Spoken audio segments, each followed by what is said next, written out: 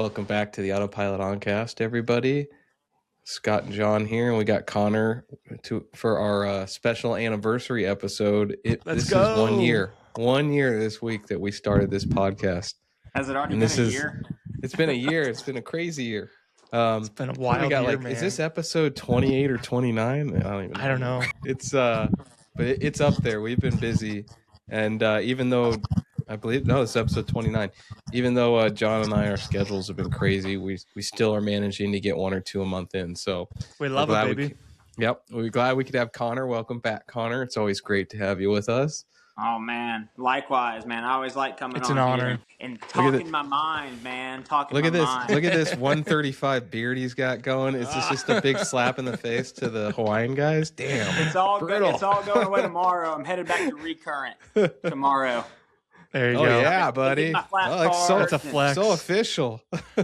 I know, right? So yeah, I'm headed to Savannah, Georgia tomorrow for a 5-day Recurrent, and hopefully get in and get out and get back to everyday flying operations. I hate going back to school, man. I'm sure y'all feel the same, but it's part of it. Yeah. I was telling Scott earlier that I had to go back to I had to call in sick because I got the flu in February, and then I had to go back 2 weeks ago and do it. And it was just such a drag to go back there and do it a second time in the year, but it's okay. Yeah, I got it done. I just had my PC 2 weeks ago, so yeah, everybody's in the schoolhouse this month, man. I know. That's one thing. Like whenever you're getting all your ratings and stuff, you're like, man, I finally did my last check ride. I'm not going to be doing any more just check the beginning. rides. That is not true. That is not true. Yeah, it's a never-ending cycle, man. Somebody told me that when I first got into 135. Just get comfortable doing it, because that's it. Every 6 months, the rest of your life.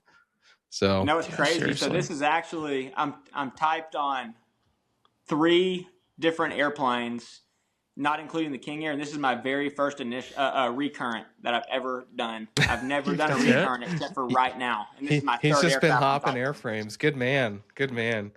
How many type ratings do you have, Connor? I got 3. I got the 320, the G4, and now the 550. And nice. And you know, like whenever I was flying medevac for King Air, I was on a King Air 90, and for insurance purposes, we had to go and do like the simulator training and the ground school. Even though it's not above 12,500 pounds, you know, if it's above that, you're required to have a type rating to fly that. But for insurance, but I really don't count that one because it's not on my certificate. You know, right. Well, yeah. I mean, you know, even for PC-12, I had to go through the full sim training. So. Exactly. You know, and the King Airs and all that crap. So, but hey, you've been through a ton of training programs. At least we know you can pass one. I'm looking forward for a 5-day recurrent instead of a 30-day initial. I'll put it that way. Yes. Yeah. Well, and recurrent's so much more laid back, you know, when I did my recurrent in the Phenom. For the most part. Yeah. It depends on who you get. Yeah. Right. Even on the 135 side. Yeah, it's the same way. But most you're of the time. The client, right? You're the client. And the 135, totally different experience easier. in CAE or flight safety. They treat you a little differently. Whoa, dude, way differently. You're the client. You're paying their salary, and they treat you that way. You're not the employee. Yeah, totally different. So let's get into it, man. So you got this. You're going to the 135 recurrent now, and so everything's kind of come full circle because when we all met, Connor worked at Spirit, and he got furloughed early on in that first wave. And Spirit just did their recalls last month. And so, Connor, why don't you tell us your end of that and how that all went down? Yeah, you know, I got laid off on the very first round of furloughs, and I had about 6 months heads up. So that was enough time to kind of get things squared away. And I went right to work by doing that. And so I've found a nice 135 job, loving life, and I'm still part of a group me with all the furloughed pilots from Spirit. And about a day or two before the announcement came, that group chat really started going crazy. Like, hey, I'm hearing these leaks that we're getting called back, all this, all that.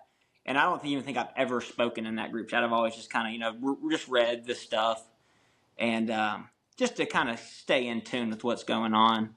Sure. And so one of the guys came in that's still like in management at Spirit and Alpa came through and said, yeah, hey, y'all get ready. I think in the next day or two, they're going to announce it and letters are going to be coming your way. So long story short, they sent me a voluntary recall via email and in the mail. And I read it and I'm like, okay, cool. It's good to see that people are going to get an opportunity to go back if they want to, because there's still guys that got laid off on those first few rounds of furloughs. There was one guy in there. He was a maintenance man at an apartment complex. He just couldn't find work. So those guys are going right back, which is really nice to see. And so we started kind of seeing all that trickle in, and I'm just kind of keeping up with it from afar. And about 2 days later, the word came out that they're now going to issue a mandatory recall. So voluntary, you can go back on your own. Mandatory, hey, you have 14 days or 10 days to reply. If not, you're going to be permanently removed from the seniority list. Jeez. And I was like, okay, well, I already made up my mind that I was not going to go back. I think out of the voluntary recalls, about 114 out of just over 500 people took the recall. Okay. Out of the mandatory recall, I do not know that one. But I don't think enough went, because now Spirit has a first officer application up. Yep, they're hiring. 22% of people took the recall. That's not 22%. much.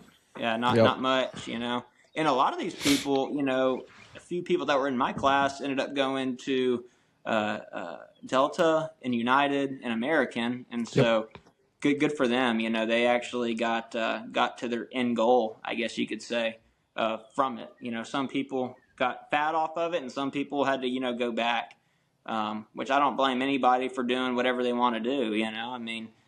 Spirit, they're still here. They're still here, which is crazy. Whenever we were way wrong. We'll see what the summer brings. I don't know. It's a saga. You want to keep pushing this propaganda? No, I don't know, man. It's the crazy. merger is coming. No, I don't think there's any merger at this point anymore. No, we'll see.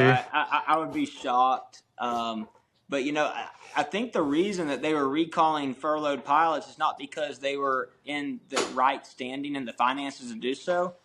I think the attrition forced them to recall.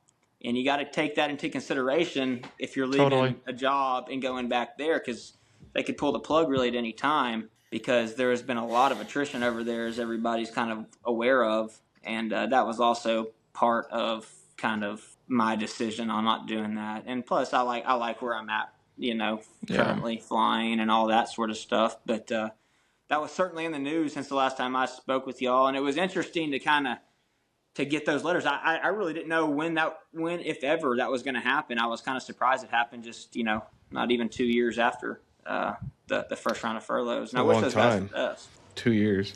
Well, especially for you. You're just going to get recalled to go sit reserve in Fort Lauderdale, LaGuardia. Yeah, exactly. Were you able to see what your relative seniority was going to be if you had gone back? It wasn't great. They did. I saw the seniority list, and I think I might have even lost a few numbers since it came out, because people under me had left too. So I think I was just about where I was at, if not even, maybe even a little bit lower. And I'll be honest, that's brutal. It was such not a blip in my mind that I really didn't even study it, all that well, because I just knew that it wasn't going to be for me. Of course not. But I'm just, for anybody who's listening and curious about it, I wonder if, so you guys might not know, but if you're on furlough, does your seniority and your longevity still count towards pay? Like, if you came back, would you be at year 3 pay or still at year 1 pay? I don't think so. I'm not all the way for certain on that. I think you accrue. I think I read some language where you accrue only 1 year while you were out. Like, if you were out for 3 years, you only accrue 1 year. If you were out for 1 year, you only accrue 1 year. So I think. So you're starting basically. So yeah, you basically just pick up where you left off. You don't.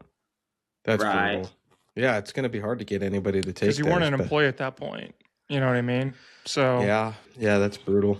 Unless you have it in your CBA. So I know for us, Scott, I don't even think we have that. I don't think it's even a year. So yeah. What I wonder, matters. Why do you guys think that they did a voluntary followed by a mandatory within 2 days? I'm not really familiar with that stuff. Like, why do you think that was so quick that they decided to just do a mandatory? Is that just because they needed to see what the staffing was going to be in the future for how much hiring they needed to do? In the CBA, they were required to do a voluntary first and then come back to the mandatory per the contract. And I think they didn't like the numbers they were getting on the voluntary, so now they started doing the mandatory to start forcing people's hands to see in, because they're doing this for the big summer flying. So they need guys, as soon as, the end of school ends around May. And so they need to get as many people back in the door. Well, they got to train them up. Yeah. So, because they probably have to put them through a whole IPC again if they've been out that long. Yeah. There was tiers. It was like track A, track B, and track C. There was 3 tiers, and it all depended on how long you were out. Right. Of flying. I think one was like from 12 months to 24 months. One was like 6 months to 12 months. And then one was less than 6 months that you were out. So there's different, some regs in there that you have to hit on. Fulfill. On some different types of training on what's required for however long you've been out for, is the way I understood it. Okay. Yeah. I feel like most of the guys that got furloughed, the ones that make sense to is if they know they're going to be based back at home and they just didn't have a prospect hit between that time frame. That's like the only thing I can think of, because I don't see many people who found other work to want to go through and do this whole cycle over. I just feel like that's a lot. So maybe there's a couple. With all the uncertainty. Yeah. Right. I mean, there's no real. Go ahead, Connor. Yeah. There's still. It almost kind of seems like they're in the same boat, there's still a ton of uncertainty around that airline. And, like I said, I don't fault the people that go back or don't go back. Oh, for sure. That's a personal decision. Yeah, you got to do what you got to do. A job is better than no job, or that job is better than a worse job. I mean, there's a ton of stuff you got to weigh. But, yeah, you're right. Whenever you go back, I think you're going to be at the bottom again on reserve, either in I think it was LaGuardia, Orlando, or Fort Lauderdale, and those were kind of your 3 spots you're going to go. And a guy being from Texas, I mean, I didn't know commuting to LaGuardia. I can't do that again. You know, you thought it was hard to go to Vegas. Can you imagine doing LaGuardia? Oh my God. Yeah, that's tough. Through Atlanta. I'm telling you what.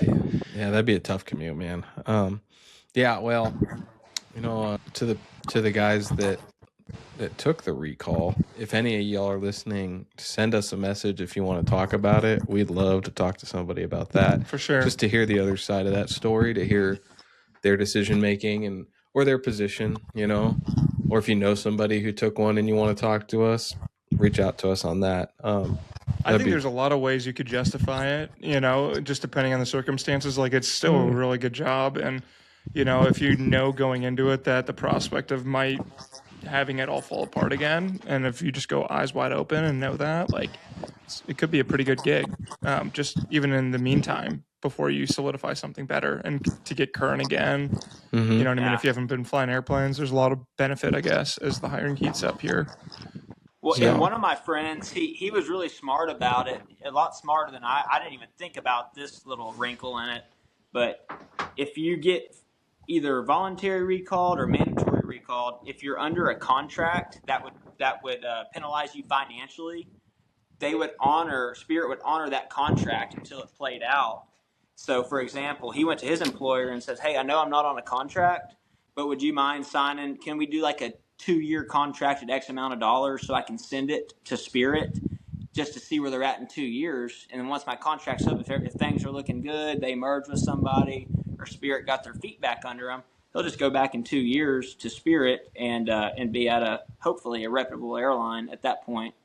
And so that was pretty interesting whenever he was telling me that. So you're saying if you're under a contract, they'll wait for you to finish out your contract, or will they buy out your contract? No, they'll wait for you to finish out your contract. Okay. And so I was like, that's pretty smart. I mean, that leaves you a back door, if in the event in 2 years that, you don't like where you're at. You liked where you were at whenever they recalled you, and then stuff happened and you didn't want it anymore. But, in 2 years, whenever this contract expires, or I could buy myself out of it and go back to Spirit, which I thought that was, like, pretty smart. Yeah, it gives you leverage, because there's a lot of, we've talked about it, there's a lot of shady 135 operators, especially if they make you sign a contract. And so Yeah. it gives you leverage against that employer. Hey, you start mistreating me, I can just go back to Spirit. Yeah. So they have to, I mean, yeah, to be honest, it prevents them from treating you crappy if they know you have an out to get away. That's right. They'll at least have to treat you semi-respectably to keep you from jumping ship on them. So that could be in your favor. So moving on, John, tell us about what happened with possible M&A. We'll do a little news corner. I just wanted to bring up, so I was looking at, Delta had their earnings today, and they obviously did really good. They were projecting a little bit of softness going into the spring and summer. Mostly the fall is where capacity's cut. Okay. Really quick before I get to it, they said they had 7% growth international, 1% growth domestic. Oh. And I think they made over $2 billion in credit card acquisitions this quarter. Sure. So that was up 13% year over year. So they're printing the money, baby. And then they also said I think they had $300 million of either profit or revenue coming from their refinery as well up in Pennsylvania. So that's protecting a lot of their margin going into the Q2. Wait, they own a refinery too? Yeah, they own their own refinery. Delta's the everything company. Yeah, I mean, from your shower heads to your refineries to your airlines, right? Yeah. So they bought it from Phillips. Let's see if anybody gets that joke. Yeah. So they bought it from Phillips, I think like in 2008 or 2014, somewhere around like 15, 20 years ago. So that's protecting their margins a good amount next quarter. And then they just said that they're basically going to be flat growth for this next year. And then they'll kind of see what happens. But obviously with who knows? I mean, we're recording this April 8th. Supposedly the Strait will be open soon for Iran. Who knows? Oh, yeah. That should help airlines. Well, that's unpredictable. I don't know. I mean, things could change in 2 minutes. But yes. So anyways, Sean Duffy, the secretary of the DOT, went on CNBC Money today.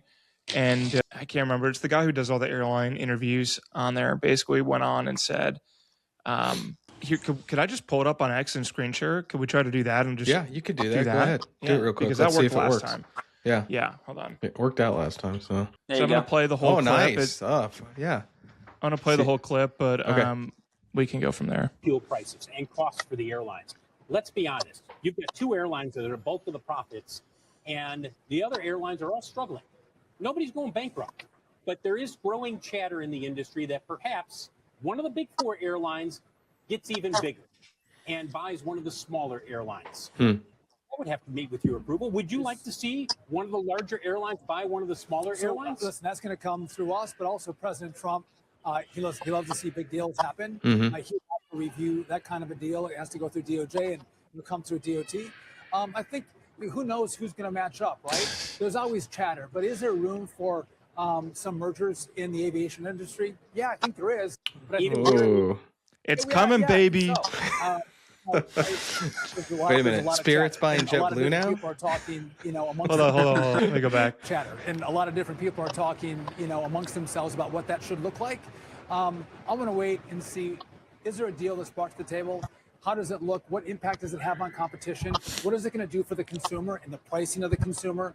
What does it do for us to be competitive globally, to make sure that we are, in America, have the biggest and the best airlines competing around the world? Well, what if that means one of the airlines no longer has just 20%? And the big four are all around 20% market share.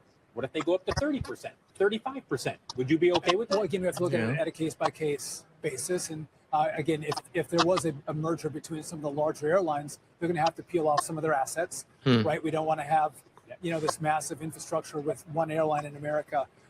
Again, I think that will affect pricing in the long run because there'll be a lack of competition, which we love competition. So again, I'm not going to pre-commit to anything. I'll look at whatever comes across my desk. I know the president will look at that as well. Quickly. All right. So, I mean, what do you think? That's so from my point of view here, let me stop the screen share. What I think of that is saying, hey guys, do whatever you want, and we'll see what can happen. And I think if we look at JetBlue specifically, right, like, Kirby told them during that industrial conference a couple of weeks ago, being like, hey, they just have to ask and we'll buy them, And so I don't know what the debt scenario at I did not hear JetBlue that. is. Scott said that in a question in a conference? Yeah, he basically told I think he almost verbatim said they just have to ask us.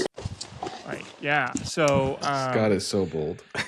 yeah, he's Mr. Kirby has his opinions, right? But I guess my point of view is, I mean, that's pretty clear cut of the Trump administration saying, "Hey, we're signaling we're open for business for you guys to make deals." So that's my point of view. I feel like that's pretty obvious. I mean, what do you guys make of that? Well, it sounds to me, I mean, he's always wanted. Connor just got an incoming call. Okay. Yep. Sorry. He's always wanted the little guys out, whether that's Spirit, Frontier, JetBlue, so he can kind of have the whole market, So I think he's all about, buying people out to make themselves bigger. I think there's no doubt about that. And I think what you heard there is he understands that if it's going to get done, it's probably going to get done with Donald Trump instead of somebody else. That makes he's sense. He's putting all that propaganda out there right now, getting people chattering to hopefully, I think it's great. One of those airlines, this administration so no longer is a threat for him. Way more M&A friendly. That everybody knew that right away as soon as Trump got elected this time around, and so I'm surprised we haven't seen more moves yet towards it. But that's probably also because whoever's looking to buy, well, either no one's looking to buy or the available things to buy are not as attractive as they would hope. That's my take on it. Yeah. I mean, you saw that report that came out maybe 2 weeks ago as well after the industrial conference with JetBlue hired a firm to go through M&A activity acquisition partners.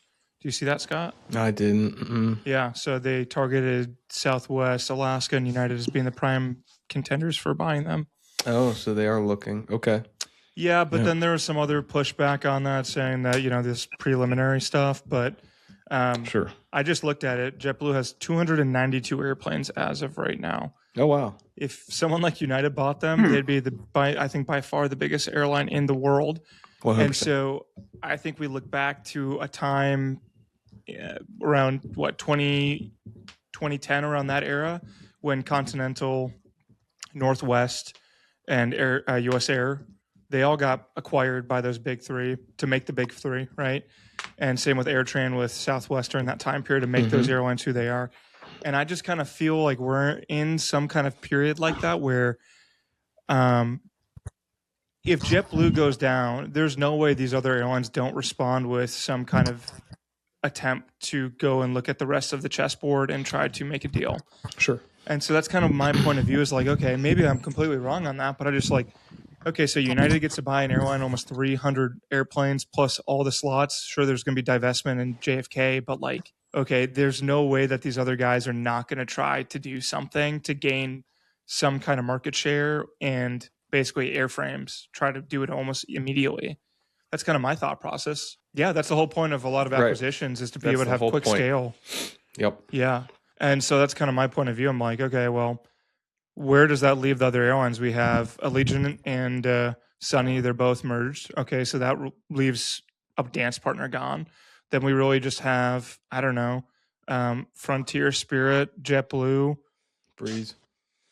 Yeah, Breeze, I guess. But like what outside of the tails, there's really not much there right now in terms of competitive market share of what they're consuming, Right. But I mean, that's all I see. So I mean, are all those companies going to get acquired to gain some kind of market share for those other bigger companies? Like, you bring up I don't a know. good point. Yeah, other than the tails, because that's what happened last round, right? They all got acquired to.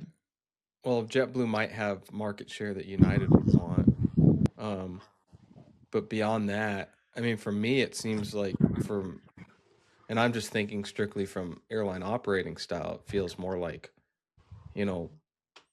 JetBlue and Breeze would be a good mix. I mean, they were started by the same guy, so that makes sense. I don't think Breeze is in a position though to be acquiring anyone. They don't have the kind of money that it takes. Yeah, that's the problem. It would, but Breeze. I mean, the rumor, the saying is Breeze was built to be bought. That's kind of how everybody has viewed the company to this point, at least in the industry. So I'm surprised. Newland knows what he's doing. So, or Newman, is that his name? Nealon. David Nealman. Nealon. How do you say it? Neilman. Okay, thank you. He knows what he's doing. He started it with an idea in mind, so he'll get there eventually. So you think that's the most likely case is a legacy buying Breeze? If that Well, because I that's think what they I would kind of want read by that. Sean Duffy. Well, see, but you just said, I don't know, man. Like the tails would be the only thing that would be valuable to anybody buying them, because they're not going to a lot of big places where they hold competitive slots. No. You know, they're doing the same kind of flying that Spirit, Frontier, Sun Country, Allegiant all were doing. These smaller outstations that point to point flying. They're kind of in between regional and mainline demand. They're kind of filling that void. Raleigh, Durham to Burbank, California. Yeah, things like that. And they have a slightly smaller airframe to compensate for that. And they can fill it up. So I mean, I guess what I'm saying though is the way I took what Sean said through that was we're open to really big deals happening. Big deals, yeah. And they love. I feel like Breeze is not the kind of, maybe it is. I mean, but I think like we're talking like seriously really big deals to be done, whether it's mainline carriers buying whatever's left of the low cost market, saying that it's not a viable. I mean, think about what Kirby said. He said it's an unviable market the entire time. So it's not like he would be saying that, but I just don't think someone like Frontier at this point could say they're a distressed carrier. You know what I mean? Compared to what Spirit is.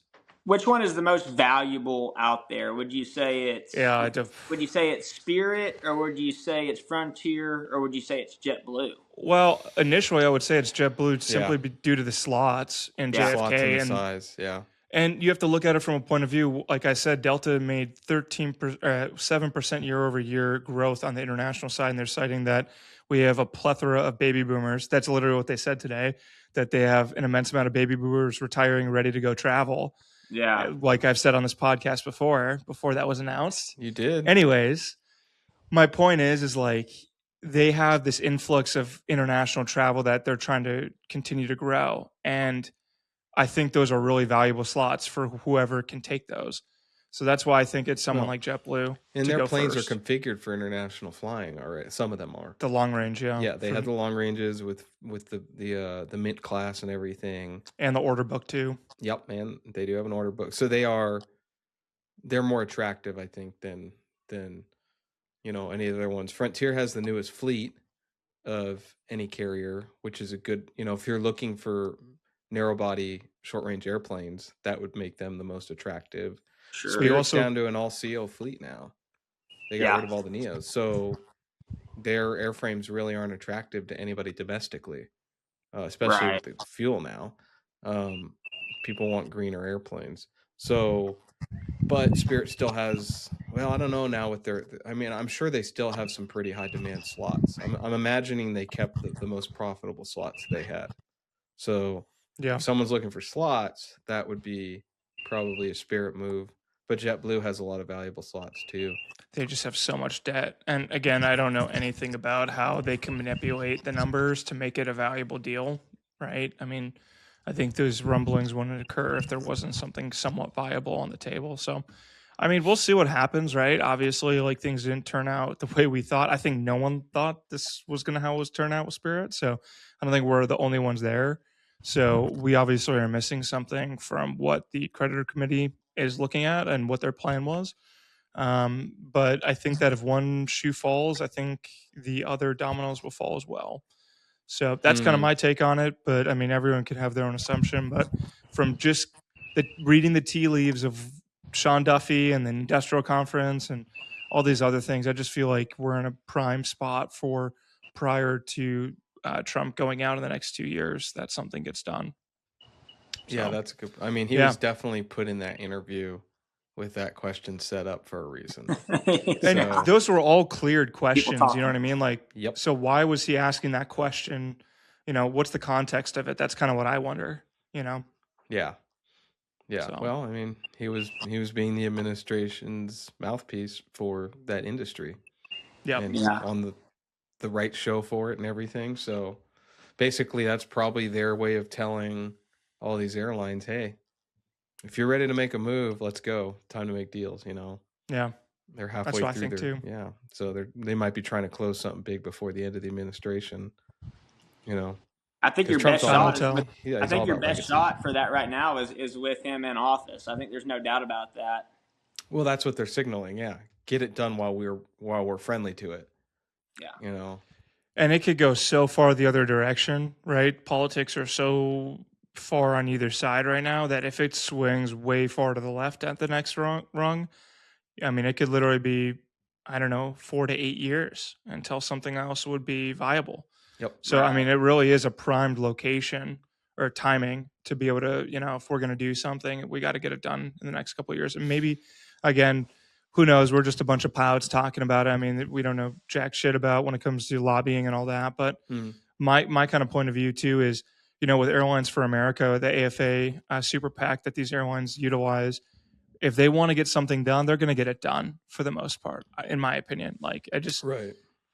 If they're going to try to go for it, they're going to be successful with it compared to, say, JetBlue and Spirit, which they don't have probably as much lobbying power as someone like AFA does for American or Delta. That's my point of view. Those are good points. I agree. I mean, I have to imagine there's something percolating in the back room somewhere. Time will tell, baby. Yeah. They've only got a couple years left to do it. So, yeah. Anything else you guys want to cover today? Did y'all have y'all talked about the ground collision in LaGuardia at all? We have not.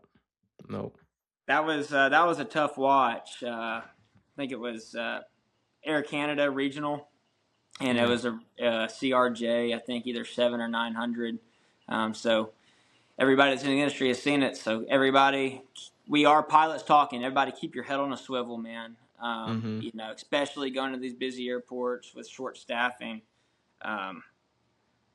Even whenever you're not being talked to on the frequency, don't be talking to somebody else or not interested. Always be engaged in what's going on around you.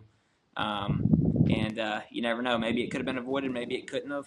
But you just hate to see that happen in our industry, man, especially in 2026, whenever we should be pretty much flawless. And we are for the most part. But it's just a tough watch whenever things like that happen. So everybody keep your head on a swivel as these busy summer months start spooling everybody up. Well, yeah. Go ahead, John. The only comment I'm going to make is there's been multiple times throughout the country where I'm at major Class Bravo airports, and it's in between a shift change, and it's like 8 p.m. LAX is a good example. I've been there so many times because we used to operate a flight back from Phoenix, LA to Phoenix, and that departure time was always a shift change. It was like 8 p.m. and this guy was working LAX ground and tower, the entire airport and all arrivals in that sense coming in. And I'm just like, this is insane how we have like 15 different airplanes trying to talk to this guy. And from that point onward, I just thought it was crazy how we have one dude running the whole show. And I was like, that is so much liability on everyone for a mistake not to be made. And same thing with LaGuardia. It's one of the most challenging airports in the country in terms of how much capacity they flow through such a small little airport and such confined airspace too. So, I mean, the whole situation sucks. Everyone already knows what happened. It's a couple of weeks old at this point, but yeah, I hope we get some change from it for mandatory staffing that they have to do. Yeah, and if they can't do it, then we shouldn't be operating. Period. I mean, honestly, it's not a safe environment if that's the case. Yeah, there'll definitely be some crossing restriction changes at the FAA level after this incident. It just shows it's sad because that controller had such a good reputation at LaGuardia. I talked to a bunch of my controller buddies after this happened, and he had a really good reputation. And it's just a simple, it shows how close to the edge aviation operates at, every day. That's right. Again, it's a miracle that we're putting thousands of metal tubes through the sky at 89% speed of sound every day with hundreds of people on board, every one. Right. It's a thin margin of error. I just wanted to bring it up on the end there. Just get everybody keep your head on a swivel, man. Yep. Head on a swivel. Yep. Always look both ways. Yep. So Well, let's wrap it up there, guys. Thanks for Year 1 in the books. Yeah, year 1 in the books. To many more, baby. Yeah, that's crazy. Cheers. Wild. To another 29 more. At least this year, hopefully we'll get in. So, yeah, we appreciate everybody listening. It's been an honor and a pleasure, and we really appreciate everyone's support and viewership. Again, the biggest thing anybody can do for us is like, subscribe, share. Check out our, on, we are on Spotify, Everything. Apple Podcasts, YouTube, TikTok. We do have a TikTok. We have an Instagram. We haven't been very active on the socials lately, but that we just got a lot going on. At some point, I think we'll get active on them again. And website autopilotonpodcast@gmail.com. Reach out to us anywhere, anytime, and we'd love to talk to you. And thanks again, everybody, and we'll catch you on the next one. Thanks, guys. Love you guys. See ya. See ya.